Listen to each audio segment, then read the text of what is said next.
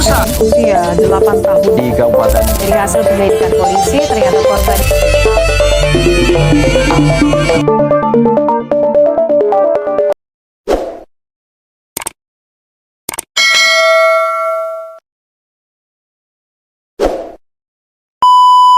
Assalamualaikum warahmatullahi wabarakatuh. Welcome to my YouTube channel. Nah teman-teman, pada video ini aku bakalan ceritain ke kalian suatu peristiwa tragis yang baru aja terjadi di Kamis 8 Januari 2024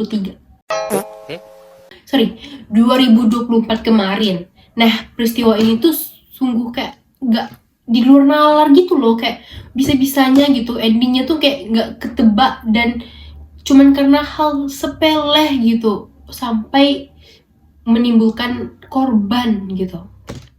Ada apa sih kayak gitu? Kalian penasaran?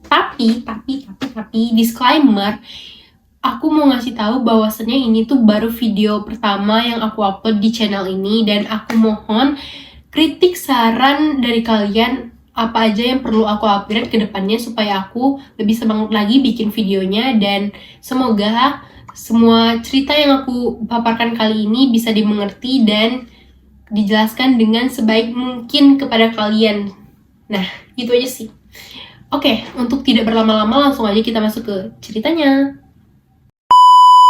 Nah teman-teman, kejadian ini dialami oleh seorang anak kecil berumur 8 tahun yang masih duduk di sekolah dasar atau SD yang bernama Tilfa Az-Zahra Mokwago, yang biasa dipanggil Zahra. Nah, Zahra ini merupakan anak yang ceria, periang, pokoknya positive vibes, dan juga Zahra ini dikenal sebagai anak yang berprestasi, ditunjukkan oleh dia tuh selalu masuk ranking di kelasnya gitu, peringkat atas di kelasnya. Nah, Zahra sendiri merupakan anak dari Kabid Bina Marga Dinas PU Kabupaten Bolting, yaitu Bapak Zulkifli Mokwago.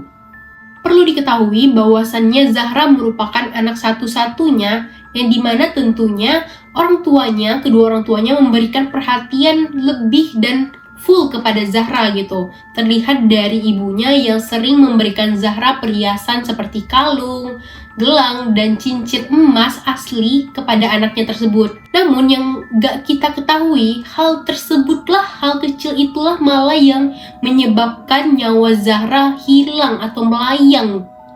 Seperti yang udah aku jelasin tadi, bahwasannya itu Zahra yang merupakan anak yang periang dan dia mungkin gak betah gitu di rumah lama-lama. Jadi pada hari itu, Kamis tanggal 18 Januari 2024 itu, dia izin ke ibunya untuk pergi bermain ke rumah neneknya. Ya mungkin dia bilang kayak, "Ibu, aku kayak suntuk di rumah, aku mau main ke rumah nenek, boleh nggak aku pergi ke rumah nenek?" gitu kan. Dan ibu nih menjawab dengan spontan, ya udah, nggak apa-apa, mainlah ke rumah nenek gitu kan. Ya seperti biasanya pada umumnya. Nah, perlu diketahui bahwasannya keluarga besar Zahra tinggal di sekitaran kawasan yang sama. Jadi kayak jaraknya itu gak terlalu jauh antara rumah nenek, rumah saudara lainnya itu gak terlalu jauh ya kan. Jadi ibunya ini kayak ya udah fine-fine aja kalau Zahra itu pergi main, dan memang seperti itu pada hari-hari sebelumnya gitu, sebelum-sebelumnya. Nah, singkat cerita, ditunggu Zahra nih kok nggak balik-balik gitu kan. Tumben dia nggak balik-balik, biasanya dia selalu pulang tepat waktu, dan pada hari itu kok nggak pulang gitu. Ya tentu orang tuanya nyariin dong, kayak kesana kesini gitu. Nah kebetulan ayahnya Zahra ini lagi nyari dan ketemu sama tantenya Zahra. Kan aku bilang tadi rumahnya deket-deketan gitu kan. Terus ayahnya mungkin nanya ke tantenya kan, kayak, "Lihat Zahra nggak?" Terus tantenya bilang, "Oh iya, aku tadi lihat Zahra. Katanya Zahra tadi pakai baju putih gitu kan." Terus pas aku tanya, "Zahra mau kemana?" Zahra bilang kayak, "Iya, aku mau main sama teman-teman," katanya. Karena aku tantenya lihat kalau di sana ada memang segerombolan anak SD yang lagi ngumpul gitu. Kayak ya udah, tantenya iya aja gitu kan. Ya udah, papasan gitu doang kata tantenya gitu. Nah, ayahnya ini kayak, "Oh iya, makasih ya informasinya," gitu. Dan ayahnya ini kembali nyari lagi kan si Zahra. Dan ayahnya ini lama-lama juga dibantu oleh masyarakat sekitar yang ingin juga mencari Zahra berbarengan gitu kan. Carilah semua mencar. Nah, kejadian ini tuh sampai ke telinga Bapak Bupatinya Boltim gitu, Kabupaten Boltim. Nah, Bapak Bupatinya itu langsung turun dan pergi ke rumahnya, kediamannya Zahra gitu, ketemu sama ayahnya Zahra. Dan ya udah, Bapak Bupati ini nanya kayak, kok bisa anaknya hilang, gimana kronologinya, segala macam gitu. Kebetulan Bapak Bupati ini pernah berpengalaman menjadi seorang jurnalis kriminal, jadi kayak dia tuh udah akrab nih sama kejadian-kejadian ini gitu. Nah, langkah awal yang dilakukan Bapak Bupati yaitu mengusut siapa yang terakhir kali ketemu Zahra sebelum dia hilang gitu. Dan ayahnya spontan bilang, oh iya tadi tantenya bilang dia ketemu Zahra pas tadi mau pergi itu gitu kan. Ya udahlah, Bapak Bupatinya suruh, oh yang mana tantenya, sini aku mau nanya-nanya gitu kan. Nah, dari segerombolan warga yang ada di rumah Zahra, tantenya nih nggak nampak batang hidungnya. Nah, aneh kan, kayak keluarganya sendiri loh lagi hilang, tantenya entah kemana gitu, mungkin di rumah dia, mungkin entah ngapain gitu. Ya udahlah, dipanggil lah tantenya Zahra nih. Tapi rumahnya itu kan dekat, tapi dia perlu beberapa waktu gitu loh untuk ke rumah Zahra, pakai jeda waktu lah beberapa menit buat sampai ke rumah Zahra gitu kan. Ya udahlah kan, lupain lah itu. Udah sampai, ya dia duduk di samping Bapak Bupati itu, dan tentunya Bapak Bupati itu nanyain tadi gimana kronologinya, kamu di Zahra kapan nih segala macam. Ya udah, tentunya bilang, oh iya tadi saya lihat Zahra katanya mau pergi main sama teman-temannya, dan saya pun lihat Zahra tadi pakai baju putih dan segala macam. Pokoknya sinkron lah dengan apa yang diceritakan ke ayah Zahra dengan yang diceritakan ke bupati tersebut. Tapi nih, bupatinya tuh pas ngomong sama tantenya nih ngerasa kayak ada yang janggal gitu. Kenapa sih tante nih kayak seakan-akan nutupin hal-hal tertentu lah gitu. Tahu kan gerak-geri orang yang kayak lagi berusaha bohong gitu. Lalu kayak bupati ini kayak nyium tante nih bau anyir. Cuman kayak bupati ini masih mendem gitu dalam hatinya, kayak oh ya, mendem gitu kan. Ya udahlah. Gak lama kemudian dari segerombolan nih masyarakat yang ada di rumah Zahra tuh ada satu yang kesurupan gitu kan. Bisa kesurupan pas itu gitu, mungkin kayak pertanda gitu kan, kayak adalah yang mau nolongin si Zahra gitu, mau ngasih tunjuk si Zahra gitu kan. Ya betul aja dia bilang kayak si Zahra tuh aku lihat ada di perkebunan kelapa, tapi ada daun pisang juga, pohon pisang juga di situ. Ya warga bingung lah, kayak di mana ada perkebunan kelapa ada pisang juga di situ gitu kan. Kayak nggak ada tuh perkebunan kelapa yang di kebun itu tuh ada nanam pisang juga, nggak ada gitu. Jadi kayak bingung gitu semua orang kan. Tapi orang nih ya udah, kita berpencar, kita nyari ke kebun-kebun ke mana gitu kan. Dan tentu aja orang ini nyari ke kebun kelapa, ada kebun kelapa di situ. Dan yang nggak habis pikir, ada yang nemuin nih di sebuah selokan kayak parit lah gitu, mungkin di kebun tuh, tapi lagi mungkin musim kering gitu kan, jadi kayak nggak basah, nggak ada airnya gitu paritnya kan. Ada kayak memang kayak daun pisang yang ditutup, pokoknya ada daun pisang di bawah tuh gitu dekat parit tuh, kayak nutupin sesuatu gitu. Yang bener aja, ternyata di daun itu mayatnya Zahra. Tapi yang bikin mirisnya itu, jasad Zahra tersebut tertutupi daun pisang dengan keadaan nih, kepalanya tuh udah lepas dari badannya, kayak mutilasi gitu loh. Kayak miris banget gak sih? Dan satu lagi, perhiasan yang ada di tubuhnya Zahra, mulai dari gelang, cincin, segala macamnya itu hilang. Fix dong, fix kan ini tuh kayak pencurian dan ya udah pembunuhan gitu, biar nggak ada barang bukti, kayak si Zahra ini nggak bisa ngelapor gitu kan. Ya udah dimatiin aja semua, dibunuh juga sama korban-korbannya gitu kan, barangnya dirampas tuh, korbannya dibunuh gitu kan, biar nggak ngadu dia gitu kan. Nah itu, nah adalah kan akhirnya Zahra pun dimakamkan dan dimandikan selayaknya gitu setelah diotopsi nih kan. Nah, dimandikan, dah dikebumikan. Nah, polisi pun terus kan mengusut kasus tersebut, dan seperti yang dilihat tadi tuh bahwasannya jasadnya tuh semua perhiasannya hilang kan, yang punya Zahra tuh hilang semuanya, dari gelang, kalung, semuanya hilang. Ya, kemungkinan yang pencurinya ini, pelakunya ini menjual lah tadi tuh barang-barang tuh biar nggak ketahuan juga kan, kayak biar cair juga duit tuh gitu kan, bisa digunain ya untuk apapun yang digunain gitu kan. Ya udah, polisi pun mulai mengerahkan semua anggotanya untuk mengusut semua toko emas yang ada di daerah tersebut, yang dekat-dekat daerah tersebut gitu. Nah, ditengokin lah satu-satu toko emas ini kan ada nggak yang jual nih pas hari ini gitu kan. Ternyata ada guys, ada yang jual emas pada hari itu. Nah, ya polisi langsung lah nanya kayak siapa yang jual apa, bahkan penjual emasnya tuh nengokin loh, ini emasnya yang tadi saya beli, yang kemarin saya beli katanya kan. Oh iya, oh itu dia emasnya, betul itu ternyata emasnya. Dan polisi pun langsung lah ngecek CCTV yang ada di situ dan polisi kan, oh ini orangnya. Tapi buat meyakinin lagi, polisi ini suruh tukang emas tadi yang punya toko tuh ikut ke rumahnya Zahra dan nunjuk sendiri tuh mana yang jual emasnya atau pelakunya itu yang mana gitu kan. Ya langsung lah orang tuh ke rumah Zahra dan semua orang kan udah berkumpul tuh, warga semuanya, tante Zahra, pokoknya keluarganya udah kumpul lah di rumah Zahra tuh kan. Dan dengan mudah penjual emas itu nunjuk, oh itu yang jual emas di toko saya katanya. Kena tantenya Zahra. Gak habis pikir kalian kan, tantenya yang menjual emas itu, fix lah tantenya yang bunuh ya kan. Tapi kalian nggak tahu kan motifnya apa.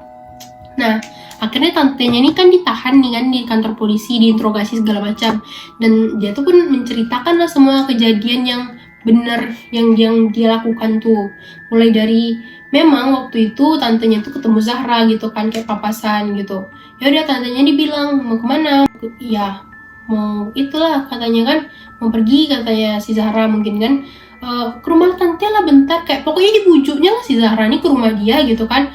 Ya udahlah si Zahra ini karena memang itu tantenya dan sering juga dia kesana, dan tantenya ini kan punya anak gitu.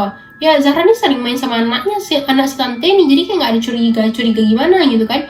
Ya udahlah pergilah ke rumah si tantenya ini. Sesampainya di rumah si tante ini ngajak Zahra, tante kayaknya mau ngambil sayur lah mungkin di kebun gitu, mau ikut enggak gitu. Boleh tante katanya, cuman anehnya anaknya ini nggak ada, anak tantenya ini nggak ada, mungkin kayak dititipin ke tempat lain gitu kan, kayak memang tante sama si Zahra nih berdua aja yang pergi gitu kan. Ya udahlah pergilah mereka ke kebun tersebut. Sampainya di situ belum sampai lagi, masih setengah jalan lah. Si Zahra nih mungkin capek kan, jauh mungkin ke kebunnya tuh kan. Dibilang lah sama si Zahra nih, tante jauh lagi tempatnya gitu kan. Kenapa gitu? Zahra capek tante katanya kan. Boleh nggak Zahra digendong aja gitu kan. Ya udahlah tantenya digendong.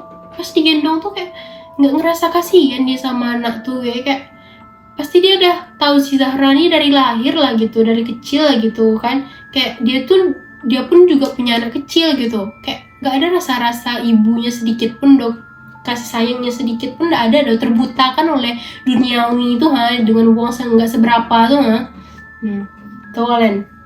Dah lah, pergilah dia ke itu kan, ke kebun gitu. Sampai dia di kebun tuh kan, sengaja ternyata dia ke kebun tuh karena jauh dari tempat-tempat keramaian gitu. Sampai di kebun tuh langsung diturunkannya Zahra, kayak dihempaskannya gitu aja anjay. Ngerti gak sih, kayak sakit gitu. Ya merintih lah si Zahra nih, merintih kesakitan. Aduh sakit tante, kenapa tante gitu kan. Terus langsung lah ditindih sama tante ini tanpa celingak-celinguk. Pokoknya ditindinya Zahra nih, ya sesak lah napas si Zahra nih. Zahra nih mungkin melakukan perlawanan gitu kan, kayak langsung lah dibekap mulutnya sama si tante ini kan, kehabisan nafas. Ya digorok ya pakai pisau tadi yang dipakainya tuh, pakai pisau dapur. Dia besar tapi pisau dapur gitu kan, tajam, digoroknya. Nah, sudah digoroknya diambilnya semua anting-antingnya kan. Nah, dicampakkannya si Zahra ke paret tuh tadi, ke paret kering tuh, ditutupnya sama daun pisang. Udah pergi dia. Selepas pergi dia kemana? Tanya kalian kan. Kok masih Melayu sih? Oke. Selepas pergi tuh balik dia pulang, beberes, bebersih dia kan, biar nggak tahu orang kan, mandi dia segala macam kan. Habis beberes tuh sempat-sempatnya dia sholat. Menganga kalian kan, sholat dia. Mungkin habis aku berdosa nih, kayaknya banyak kali dosaku, biar berkurang sedikit sholat lah aku, kayak adalah tobat-tobatku sedikit, mungkin kayak gitu dipikir kan. Habis bunuh anak orang kau sholat kau, apa ndak marah Tuhan sama kau? Double marah Tuhan sama kau tuh. Aku rasa gitu kan. Ya udah sholat ya kan. Habis itu pergilah dia sama anaknya nih ke toko emas. Tadi jual emas tuh, emas punya Zahra tuh. Tahu kalian berapa harga emas tuh semua? Nominalnya cuma 3.670.000. 3.670.000 dikorbankan keponakannya tuh. Apanya tuh sekarang tuh? Keponakannya demi uang 3 juta tuh habis lah dia jual emas tuh kan. Pergi deh ke konter HP, beli HP si tante tuh, si tante tuh beli HP. Nah, pas Zahra hilang tuh kan, tante ini sempat lah dia kayak nyari-nyari Zahra. Cuma nyarinya tuh cuman posting di Facebook aja, kayak anak orang pokoknya hilang, ada foto Zahra gitu, tolong siapa yang menemukan ini gitu. Di postingnya tuh di HP hasil dari jual emasnya si Zahra tadi. Miris nggak kalian? Miris, aku pun miris. Habis tuh ada sebagian artikel yang aku baca, si tante ini beli kayak pampers kebutuhan sehari-hari dari uang sisa beli HP itu. Ada juga yang bilang kalau dia tuh beli emas lagi, emas untuk dia sendiri gitu kan, kalung dibelinya kalau aku nggak salah gitu kan. Udahlah, pulang dia kayak nggak ada apa-apa, kayak nggak tahu segala macam kayak gitu, kayak gak ada rasa bersalahnya doh.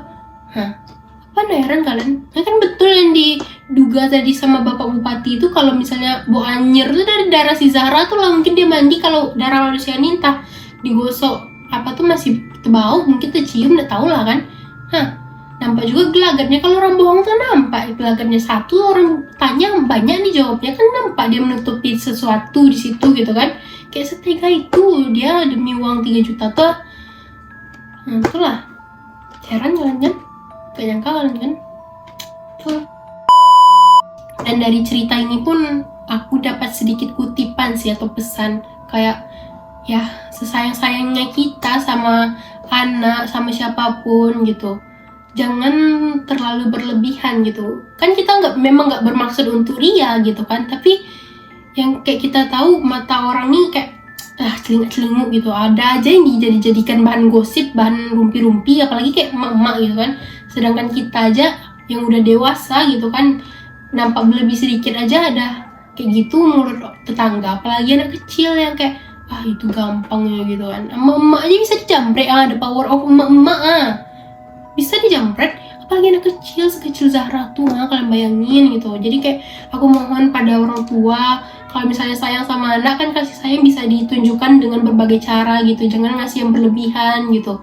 Kalau misalnya mau ngasih pun kasihlah mungkin yang kayak apa ya, kan banyak tuh kayak gelang-gelang untuk anak yang lucu-lucu, janganlah emas yang asli gitu, karena nggak etis aja kan mengorbankan nyawa anak dengan perhiasan yang nggak seberapa gitu. Jangan ngundang-ngundang mata-mata manusia jahiliyah nih. Gak bisa doh, Konoha, gak pun Konoha, semua daerah pun kayak gitu, semua tempat pun kayak gitu gitu. Manusia tuh bakalan haus sama duniawi, gak tahu dia apa yang dilakuin dia lagi loh. Pokoknya dia senang gitu aja lah gitu kan. Memang definisi ini ngawur, kok bisa? Nah teman-teman, bagi kalian nih yang punya cerita menarik dan ingin aku sampaikan di channel ini, mungkin bisa nih berbagi cerita kalian di email aku.